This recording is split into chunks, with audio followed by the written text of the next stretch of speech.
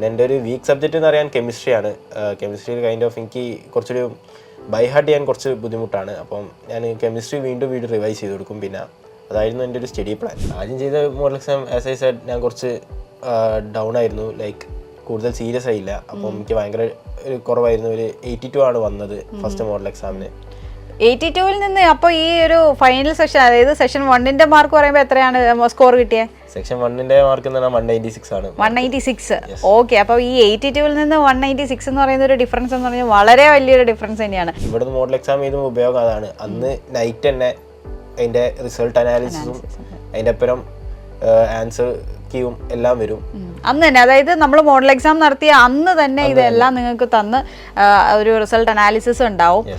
പ്രത്യേകിച്ച് ഡയറക്ടേഴ്സ് ഇടയ്ക്കിടയ്ക്ക് result analysis വന്ന് ഭയങ്കര മോട്ടിവേഷൻ തരാറുണ്ട്. അപ്പോൾ അതൊക്കെ കേൾക്കുമ്പോൾ നമ്മൾ കുറച്ചുകൂടി പഠിക്കാനുള്ളൊരു ഇത് വരും, മോട്ടിവേഷൻ. ഒരു ഡൗട്ട് വന്നാൽ തന്നെ അപ്പോൾ തന്നെ ഈ ലേണിംഗ് ആപ്പിലുള്ള AI വെച്ചിട്ട് ക്ലിയർ ചെയ്യാവുന്നതാണ്.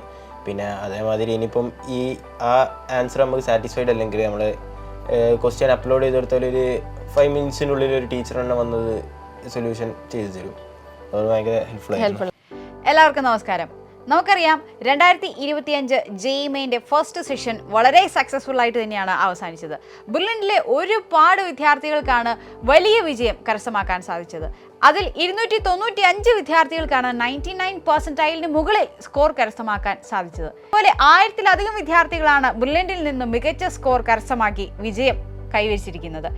അതിൽ ഒരാളാണ് ഇതാ നമ്മുടെ അടുത്തിരിക്കുന്നത്, റിൻസിനാണ്. ഹായ്. ഓക്കെ. അപ്പം റിൻസിൻ്റെ പ്രത്യേകത എന്തെന്ന് പറഞ്ഞാൽ നമ്മുടെ JEE മെയിൻ ഫസ്റ്റ് സെഷന് ഒരു അടിപൊളി സ്കോറാണ് കരസ്ഥമാക്കിയിരിക്കുന്നത്. സോ ഫസ്റ്റ് ഓഫ് ഓൾ അതിന് തന്നെ കൺഗ്രാറ്റുലേഷൻസ്. ഓക്കെ. അപ്പം എങ്ങനെ ഉണ്ടായിരുന്നു ഫസ്റ്റ് സെഷൻ? എങ്ങനെ ഉണ്ടായിരുന്നു? അതിന് മുൻപേ എത്രയാണ് സ്കോർ കരസ്ഥമാക്കിയിരിക്കുന്നതെന്ന് ഒന്ന് പറയാമോ? എനിക്ക് 98.88 ആണ് ജാനുവരി ഫസ്റ്റ് സെക്ഷനിൽ എനിക്ക് കിട്ടിയത്. ഓക്കെ. അത് വലിയൊരു സ്കോർ തന്നെയാണ്. അപ്പം എങ്ങനെയായിരുന്നു ആ ഒരു സ്കോറിലേക്ക് എത്താൻ? എങ്ങനെയായിരുന്നു മോൻ്റെ ആ ഒരു എന്ത് തോന്നി ആദ്യം തന്നെ ആ റിസൾട്ട് കണ്ടപ്പം? റിസൾട്ട് കണ്ടപ്പോൾ സത്യം പറഞ്ഞാൽ കുറച്ച് ഞെട്ടലും ഉണ്ടായിരുന്നു, സന്തോഷമൊക്കെ കൂടിയായിരുന്നു. ഓക്കെ. 98.88 ഒരു നല്ല സ്കോർ ആയിരുന്നു. ഓക്കെ. അപ്പോൾ മോൻ്റെ വീട് എവിടെയാണ്?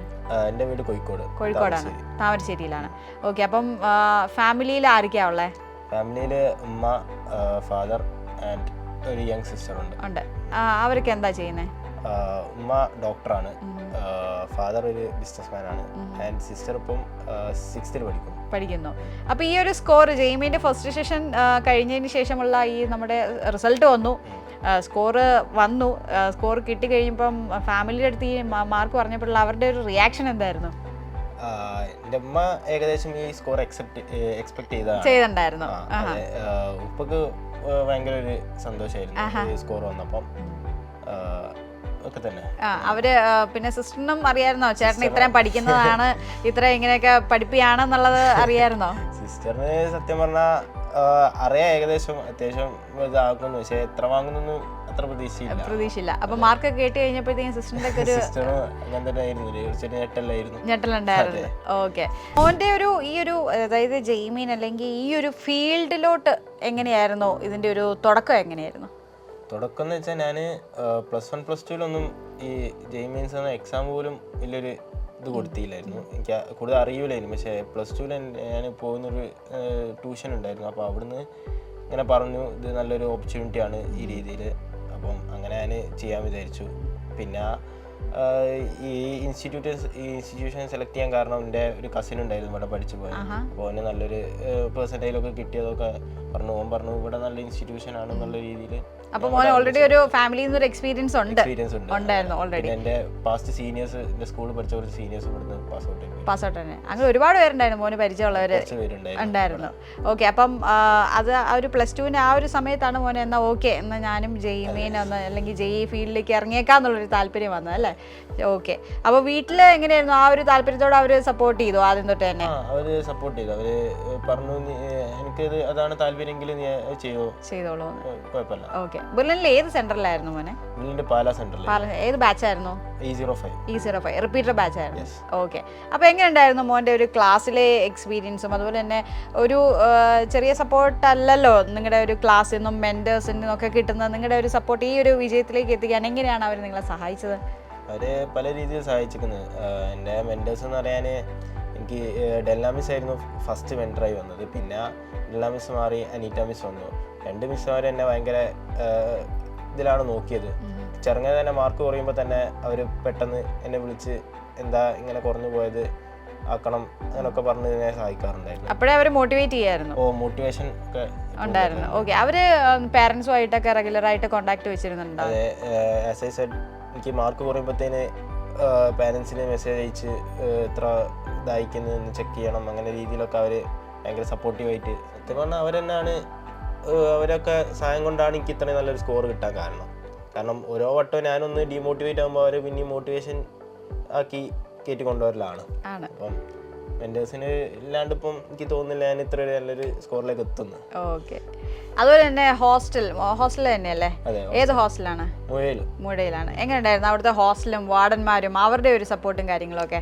വാർഡന്മാരൊക്കെ 2 വാർഡന്മാരുണ്ട്, Anoop sir and Krishnakumar sir.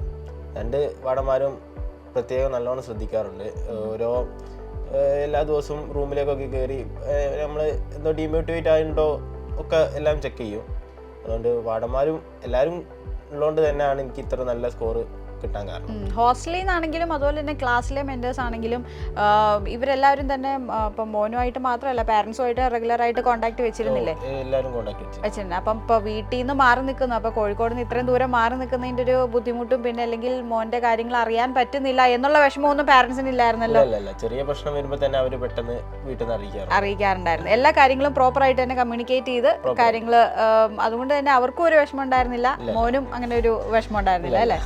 Okay, ഈ ജെയ്മീൻ്റെ ഫസ്റ്റ് സെഷൻ കഴിഞ്ഞു. ഇപ്പം മോൻ പറഞ്ഞതുപോലെ തന്നെ ഇത്ര നല്ലൊരു സ്കോറും കിട്ടി. അപ്പോൾ ഇതിൻ്റെ ഒരു പ്രിപ്പറേഷൻ സ്ട്രാറ്റജി എത്തരത്തിലാണ് പൊയ്ക്കൊണ്ടിരുന്നത്?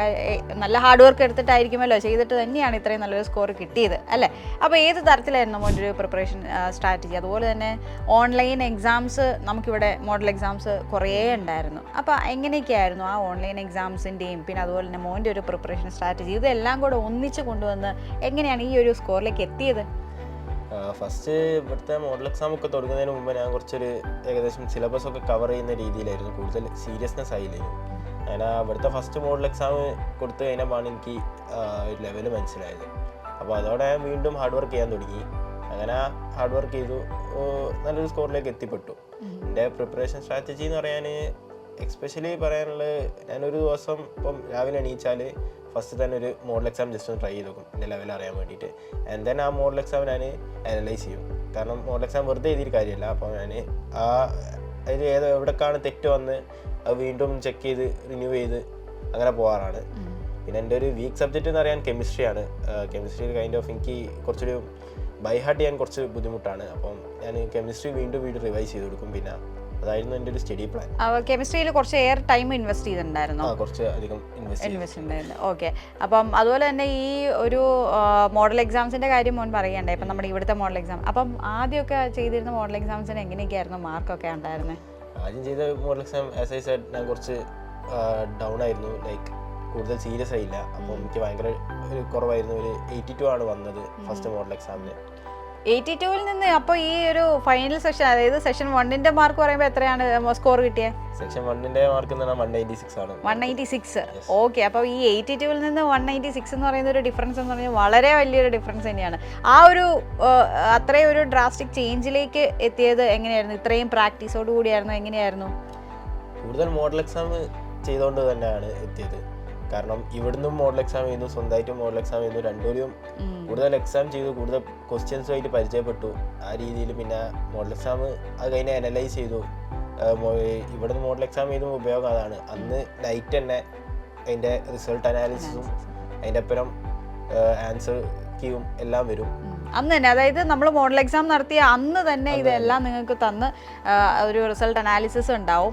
ആ ഒരു റിസൾട്ട് അനാലിസിസ് ഒക്കെ ഒരു ഹെൽപ്ഫുൾ ആയിരുന്നു. അപ്പോൾ മോന് അതായത് സ്വന്തമായിട്ട് മോഡൽ എക്സാം എഴുതിയിട്ട് ഒരു സെൽഫ് എന്താ പറയുക അനാലിസിസ് ചെയ്യുന്നുണ്ടായിരുന്നു. അതുപോലെ തന്നെ നമ്മൾ ഈ ഇവിടെ വന്നു കഴിഞ്ഞിട്ടുള്ള എക്സാമിൻ്റെ അനാലിസിസ് നടക്കുമ്പോഴത്തേക്കും എന്തായിരുന്നു അപ്പം കാര്യം ഇത്രയും ടോപ്പേഴ്സ് ഉള്ള ഒരു അല്ലേ അടങ്ങിയ എല്ലാവരും എഴുതുന്ന എക്സാമാണ്. അപ്പോൾ ഇവരുടെ കൂട്ടത്തിൽ എക്സാം എഴുതി അതിൽ ആ റിസൾട്ട് അനാലിസിസ് ഒക്കെ വരുമ്പോഴത്തേക്കും കുറേ കാര്യങ്ങൾ മനസ്സിലാക്കാനും അതുപോലെ തന്നെ എന്താ പറയുക ടോപ്പേഴ്സിൻ്റെ കൂടെ എത്താനും അങ്ങനെയൊക്കെയുള്ളൊരു ഇത് വെക്കുമ്പോൾ എന്തായിരുന്നു ആ ഒരു ഫീലിംഗ്? ഒരു ഫീലിംഗ് എന്ന് പറഞ്ഞാൽ ഒരു ലൈക്ക് ഒരു കോമ്പറ്റീറ്റീവ്നെസ് ഉണ്ട് ഇവിടുത്തെ എക്സാമിലൊക്കെ ഭയങ്കര ഒരു ഉപയോഗമാണ് അത്. നമ്മളെ റാങ്ക് നമ്മൾ കുറഞ്ഞു പോയാൽ അപ്പം തന്നെ നമുക്കൊരു ഫീൽ അടിക്കും, ഇത്ര മതിയിൽ എൻ്റെ റാങ്ക് കുറച്ചുകൂടി വേണം. അപ്പോൾ ആ രീതിയിൽ കുറച്ചുകൂടി ഹാർഡ് വർക്ക് ചെയ്യും. ഇവരൊക്കെ ഇടയിൽ ഇങ്ങനെ കൂടുതൽ റാങ്ക് കിട്ടുന്നൊരു പ്രൗഡ് മൂമെന്റ് മാതിരിയാണ്. അതെ അതെ. അപ്പോൾ ഈ റിസൾട്ട് അനാലിസിസ് തീർച്ചയായിട്ടും നിങ്ങളെ അതിനെ ഹെൽപ്പ് ചെയ്തിട്ടുണ്ട് അല്ലേ? കുറേ ഹെൽപ്പ് ചെയ്തിട്ടുണ്ട്. ഓക്കെ. അപ്പോൾ അതിനുശേഷം നിങ്ങൾക്ക് ഓരോ ദിവസവും എന്താ പറയുക മോട്ടിവേഷൻ തരാറും മോട്ടിവേഷൻ സ്പീച്ചും ഒക്കെ എല്ലാവരുടെയും ഡയറക്ടേഴ്സിൻ്റെ ഒക്കെ എങ്ങനെ ഫീൽ ചെയ്തു? അവരൊക്കെ ഓരോ ദിവസവും ഇപ്പം ചില ദിവസങ്ങളിൽ പറഞ്ഞ പോലെ ഇപ്പം റിൻസിൻ പറഞ്ഞ പോലെ ആദ്യമൊക്കെ മോഡൽ എക്സാമിന് ചെറിയൊരു മാർക്കിൻ്റെ ഒക്കെ ഒരു അപ്പോൾ ആ സമയത്ത് ഇങ്ങനെ നമ്മളൊന്ന് വിഷമിച്ചിരിക്കുമ്പോഴായിരിക്കും ഈ ഒരു അനാലിസിസ് റിസൾട്ട് അനാലിസിസ് വരുന്നത്. അപ്പം ഒരു ബൂസ്റ്റപ്പ് കിട്ടാറുണ്ടായിരുന്നു? കിട്ടാറുണ്ട്. പ്രത്യേകിച്ച് ഡയറക്ടേഴ്സ് ഇടയ്ക്കിടയ്ക്ക് റിസൾട്ട് അനാലിസിസ് വന്ന് ഭയങ്കര മോട്ടിവേഷൻ തരാറുണ്ട്. അപ്പോൾ അതൊക്കെ കേൾക്കുമ്പോൾ നമ്മൾ കുറച്ചുകൂടി പഠിക്കാനുള്ളൊരു ഇത് വരും, മോട്ടിവേഷൻ. അങ്ങനെയൊക്കെയാണ്. അങ്ങനെ എല്ലാം കൊണ്ടും ഹാപ്പി ആയിരുന്നു. ഓക്കെ.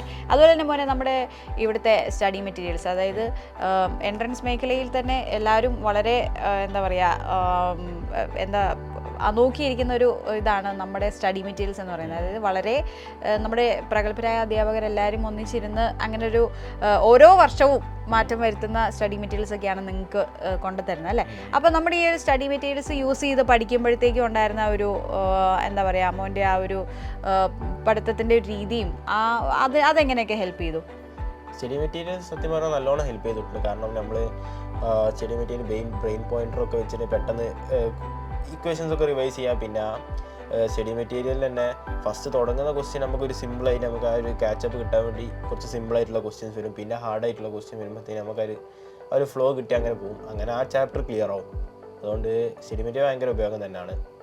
വേറെ നമ്മുടെ ഈ ഒരുപാട് ഫെസിലിറ്റീസ് ആണല്ലേ ബ്രില്യൻറ്റ് നിങ്ങൾക്ക് വേണ്ടി തന്നിരിക്കുന്നത് അല്ലേ? ഓരോ വർഷവും ഇപ്പോൾ മോന് പാസ്റ്റ് എക്സ്പീരിയൻസ് ഈ പറഞ്ഞ പോലെ നമ്മുടെ കസിനും ഫ്രണ്ട്സും സീനിയേഴ്സും ഒരുപാടുണ്ടായിരുന്നു.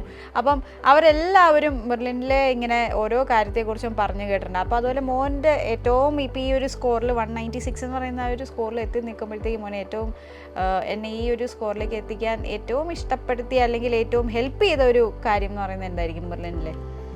സത്യം പറഞ്ഞാൽ എക്സാംസ് തന്നെയാണ്. കോമ്പറ്റീറ്റീവ് എക്സാംസ് തന്നെ, മോഡൽ എക്സാംസ് കാരണമാണ്. ആ മോഡൽ എക്സാമിൽ നമുക്ക് മനസ്സിലാവും പലതരം മോഡൽ എക്സാമാണ് ബ്രില്യൻറ്റ് നടത്തിയിരിക്കുന്നത്. ചിലത് ഭയങ്കര സിമ്പിൾ ആയിട്ടുള്ള മോഡൽ എക്സാം, ചിലത് ഭയങ്കര ഹാർഡ് ആയിട്ടുള്ള. കാരണം നമ്മളെ ഷിഫ്റ്റ് എങ്ങനെ വരും നമുക്ക് പ്രതീക്ഷിക്കില്ല. ഞാൻ എഴുതിയപ്പോൾ ഷിഫ്റ്റ് കുറച്ചുകൂടി സിമ്പിൾ ആയിരുന്നു. അപ്പം എനിക്ക് അതിനനുസരിച്ച് പ്രിപ്പയർ ചെയ്യാൻ പറ്റി. ഇനി ടഫ് ഷിഫ്റ്റ് വന്നാൽ തന്നെ ബ്രില്യൻറ്റിൽ നല്ല ടഫ് എക്സാം ഉണ്ടായിരുന്നു. അപ്പോൾ അതിനുമുള്ള പ്രിപ്പറേഷൻ ഉണ്ടായിരുന്നു. എല്ലാ ലെവലിലുള്ള എക്സാമും മോഡൽ എക്സാംസും ഇവിടുന്ന് പ്രാക്ടീസ് ചെയ്തിട്ടാണ് പോയത്. ഓക്കെ. അപ്പം ഈ സെഷൻ ഇപ്പം ഫസ്റ്റ് സെഷൻ്റെ എക്സാം ഫൈനലായിട്ട് നമ്മൾ ചെന്ന് അറ്റൻഡ് ചെയ്തപ്പം ഇവിടുത്തെ മോഡൽ എക്സാംസുമായിട്ട് എന്താ പറയുക ഡിഫറൻസ് തോന്നിയോ അതോ സെയിം ആയിട്ട് എങ്ങനെയായിരുന്നു ആ ഒരു ഇത് എക്സ്പീരിയൻസ് വന്നേ? ആസ് ഐ സെഡ് ഇവിടുന്ന് പലതരം മോഡൽ എക്സാം എഴുതിയോണ്ട് തന്നെ ആ രീതിയിൽ തന്നെയാണ് വന്നത്. ഞാൻ ഇവിടുന്ന് എഴുതിയ ഒരു സിമ്പിൾ എക്സാം മാതിരി തന്നെയാണ് ജെയ്മീൻസിനെ കണ്ടത്.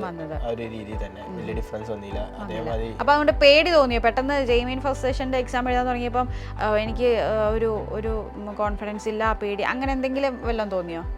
എക്സാം എഴുതാൻ തുടങ്ങുന്ന നേരത്തൊരു ചെറിയൊരു ഇതുണ്ടായിരുന്നു. പക്ഷേ അത് എക്സാം എഴുതി ഒരു 10-20 മിനിറ്റ്സ് അങ്ങോട്ട് പാസ്സായി. പിന്നെ സാധാരണ ഒരു മോഡൽ എക്സാം എഴുതുന്ന രീതിയിൽ അതെ അത്രയും ആ ഒരു സിമ്പിൾ ആയിട്ട് ബ്രില്യൻറ്റിലെ ഒരു മോഡൽ എക്സാം നമ്മൾ കൂളായിട്ട് എഴുതുന്ന പോലെ അങ്ങ് എഴുതാൻ പറ്റി അല്ലേ?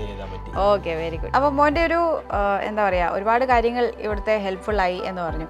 അപ്പം ഇതുപോലെ ഇപ്പം റിൻസിനെ പോലെ തന്നെയാണ് ഈ ഒരു ലക്ഷ്യത്തോടെ ഒരുപാട് സ്റ്റുഡൻസ് ആണ് അല്ലേ ഇവിടെ എത്തിയത്.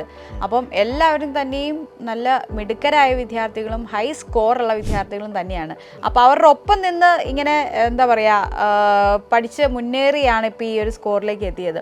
അപ്പോൾ അതുകൊണ്ട് തന്നെ വളരെ ഒരു കോമ്പറ്റീറ്റീവ് മൈൻഡും ഒക്കെ ഉണ്ടായിരുന്നു അല്ലേ?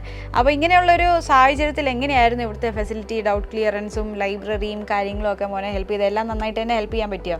അതെ, ഇവിടുത്തെ ഡൗട്ട് ക്ലിയറൻസ് ഒക്കെ എസ്പെഷ്യലി നല്ലോണം ഹെൽപ്പ് ചെയ്തിട്ടുണ്ട്. ലൈക്ക് ഇപ്പോൾ ഒരു ഡൗട്ട് വന്നാൽ തന്നെ അപ്പോൾ തന്നെ ഈ ലേണിംഗ് ആപ്പിലുള്ള AI വെച്ചിട്ട് ക്ലിയർ ചെയ്യാവുന്നതാണ്. പിന്നെ അതേമാതിരി ഇനിയിപ്പം ആ ആൻസർ നമുക്ക് സാറ്റിസ്ഫൈഡ് അല്ലെങ്കിൽ നമ്മൾ ക്വസ്റ്റ്യൻ അപ്ലോഡ് ചെയ്ത് കൊടുത്താൽ ഒരു 5 മിനിറ്റ്സിനുള്ളിൽ ഒരു ടീച്ചർ തന്നെ വന്നത് സൊല്യൂഷൻ ചെയ്തു തരും. അത് ഭയങ്കര ഹെൽപ്ഫുൾ ആയിരുന്നു. ഓക്കെ.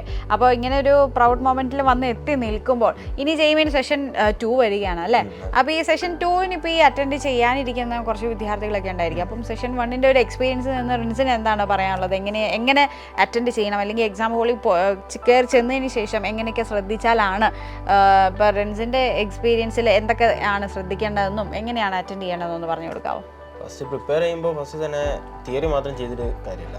സോ കഴിയുന്നതും ക്വസ്റ്റ്യൻ പേപ്പർ ചെയ്യുക, കഴിയുന്നതും ക്വസ്റ്റ്യൻ പേപ്പർ ചെയ്ത് പ്രാക്ടീസ് ചെയ്താൽ, ക്വസ്റ്റ്യൻ പേപ്പർ ജസ്റ്റ് ചെയ്യരുത്, എക്സാം രീതിയിൽ ചെയ്താൽ പിന്നെ നമ്മൾ റിയൽ എക്സാം സെക്ഷൻ 2 എക്സാം എഴുതുമ്പോൾ നമുക്കൊരു സാധാ ഒരു മോഡൽ എക്സാം എഴുതുന്ന ഫീലേ കിട്ടും. ആ രീതിയിൽ സ്റ്റാർട്ടിങ് കുറച്ച് ടെൻഷൻ ഉണ്ടെങ്കിൽ പിന്നെ അതൊരു കാച്ചപ്പായി റെഡി ആയിരിക്കും. ഓക്കെ, അപ്പോൾ നിങ്ങൾ ആ ഒരു റിൻസൻ പറഞ്ഞ പോലെ തന്നെ നമ്മുടെ ഇവിടുത്തെ ബെർലിനിലെ എക്സാമിനെ മുറുകെ പിടിക്കുക അല്ലേ? അത് ഒരുപാട് മോഡൽ എക്സാം എഴുതുമ്പോൾ തന്നെ പിന്നെ നമുക്ക് ടെൻഷൻ ഫ്രീ ആയിട്ട് തന്നെ പോയി ഫൈനൽ എക്സാമിനെ അല്ലെങ്കിൽ നമ്മുടെ സെഷൻ 2-നെ നമുക്ക് അപ്രോച്ച് ചെയ്യാൻ സാധിക്കും. അപ്പം ഇനി വരുന്ന JEE അഡ്വാൻസ് ഒക്കെ അറ്റൻഡ് ചെയ്യാൻ വേണ്ടിയുള്ള പ്രിപ്പറേഷനും കാര്യങ്ങളും നടക്കുമായിരിക്കും അല്ലേ? എങ്ങനെ പോകുന്നു JEE അഡ്വാൻസിന്റെ പ്രിപ്പറേഷനും കാര്യങ്ങളൊക്കെ എങ്ങനെ പോകുന്നു? കുറച്ചുകൂടി സെക്കൻഡ് സെക്ഷനാണ് ഫോക്കസ്ഡ്, പക്ഷേ അഡ്വാൻസും ഇതിന്റെ പേരും തന്നെ കൊണ്ടുപോകുന്നുണ്ട്, ഒരു പാരലൽ ആയിട്ടാണ് കൊണ്ടുപോകുന്നത്. ഓക്കെ, നമ്മുടെ കോർഡിനേറ്റേഴ്സും അവരെ അധ്യാപകരും ഒരുപാട് പേര് ഒന്നിച്ചു നിന്നാണ് നിങ്ങളെ മുന്നോട്ട് കൊണ്ടുപോയിക്കൊണ്ടിരിക്കുന്നത് അല്ലേ? നമ്മുടെ ബെർലിൻ സ്റ്റഡി സെൻറ്ററിലെ എൻറ്റയർ ടീം അല്ലേ? അപ്പം എല്ലാവരും തന്നെയും നിങ്ങളെ ഇത്രയും നല്ല സ്കോറിലേക്ക് എത്തിക്കാൻ വേണ്ടി ഓരോ വർഷവും ഇങ്ങനെ ഓടി നടക്കുകയാണ്. അപ്പോൾ അവരെല്ലാവരും തന്നെ നിങ്ങൾ കാണാറുമുണ്ട് അല്ലേ? അപ്പോൾ അവരാരൊക്കെയാണ് നിങ്ങളുടെ കൂടെ ഒപ്പം നിന്ന് ഹെൽപ്ഫുള്ളായിട്ട് തോന്നുന്നത്? ആരൊക്കെയാണ്? എനിക്ക് ഈ ഒരു മാർക്ക് അച്ചീവ് ചെയ്യാൻ മെയിൻ റീസൺ എന്ന് പറയുന്നത് ഞാൻ ഈ പറഞ്ഞ വ്യക്തികൾ തന്നെയാണ്, എൻ്റെ മെൻറ്റേഴ്സും ഇതും. പിന്നെ അതേമാതിരി തന്നെ coordinators Avinash sir, Binoy sir, അവരൊക്കെ ഭയങ്കര ഹെൽപ്പ് ചെയ്തിട്ടുണ്ട്. റിസൾട്ട് അനാലിസിസ് ആയിട്ടും അല്ലാണ്ട് നേരിട്ട് വന്ന് ഒരു വീക്ക്ലി എക്സാം കഴിഞ്ഞാൽ അതിനനുസരിച്ചുള്ള റിസൾട്ട് അനാലിസിസ് ആയിട്ട് ക്ലാസ്സിൽ നേരിട്ട് വന്ന് തന്നെ അതിനെ ഡിസ്കസ് ചെയ്ത് പറയാറുണ്ട്. അപ്പോൾ അത് നല്ലൊരു ഹെൽപ്ഫുൾ ആയിട്ടുണ്ട്. ആണ്. അപ്പോൾ ഫാമിലി എല്ലാവരും തന്നെ ഹാപ്പിയാണോ ഇപ്പോൾ റിൻസിനെ ഇങ്ങോട്ട് വിട്ടതിന് ശേഷം ഇത്രയും നല്ലൊരു സ്കോറും എന്താണ് അപ്പോൾ അവരുടെ ഒരു പ്രൗഡ് മൊമെൻ്റ് ആയിട്ട് അവരെന്താ പറഞ്ഞത്? അവർ പറഞ്ഞ് ഇനിയും നല്ലൊരു ഇതിലേക്ക് ട്രൈ ചെയ്യുക, ഇത് ഭയങ്കര ഹാപ്പിയാണ് ഈ സ്കോറിൽ. ബട്ട് ഈ സ്കോറിൽ നമ്മൾ സാറ്റിസ്ഫൈ ആവരുത്, കഴിയുന്നതും അടുത്തതിൽ, കാരണം നമ്മൾ ഒരിക്കലും പെർഫെക്റ്റ് ആവില്ലല്ലോ. ഒരു സ്കോർ കിട്ടിയാൽ അത് സ്കോർ ഒരിക്കലും പെർഫെക്റ്റ് ആവില്ല, നമ്മൾ കഴിയുന്നത് അടുത്തതിൽ തന്നെ വീണ്ടും കൂട്ടാൻ നോക്കും. അതെ, ഈ കിട്ടിയതിൽ നിന്നും ഒരു പൊടിക്കല്ല, ഒരു കൂടുതൽ ഒരു നല്ലൊരു സ്കോറിലേക്ക് ഇനിയും മുന്നോട്ട് പോകാനുള്ള തയ്യാറെടുപ്പുകളും ഹാർഡ് വർക്കുമാണ് ഇനി പോയിക്കൊണ്ടിരിക്കുന്നത് അല്ലേ? Okay, all the very best. അപ്പോൾ റിൻസിൽ അടുത്ത സെഷൻ 2-നും അതുപോലെ തന്നെ JEE അഡ്വാൻസിനും ഒക്കെ ആയിട്ട് എല്ലാവിധ ആശംസകളും ബ്രില്യൻ്റ് നേരുകയാണ് കേട്ടോ. Thank you. ഓക്കെ.